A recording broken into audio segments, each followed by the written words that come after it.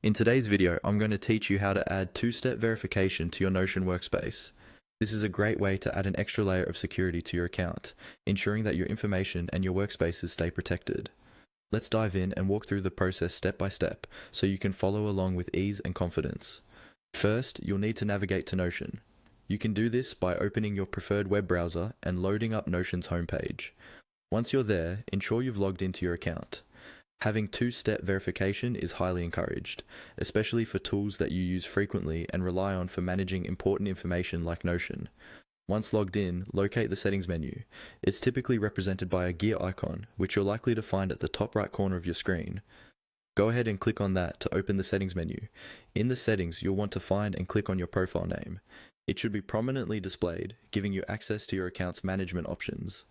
By clicking on your profile name, you're directing the interface to focus on your personal account settings, which include security options. Now, the next step is crucial. You'll need to find the option labeled Add Verification Method. What this does is allow you to set up an additional form of verifying your identity alongside your password. Click on this option.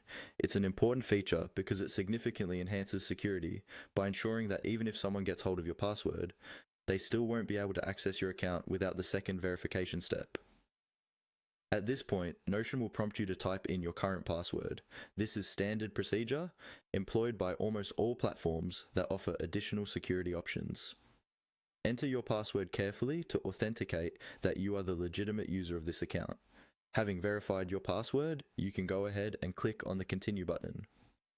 Clicking Continue commits your changes and moves you to the next phase of setting up your two-factor authentication method.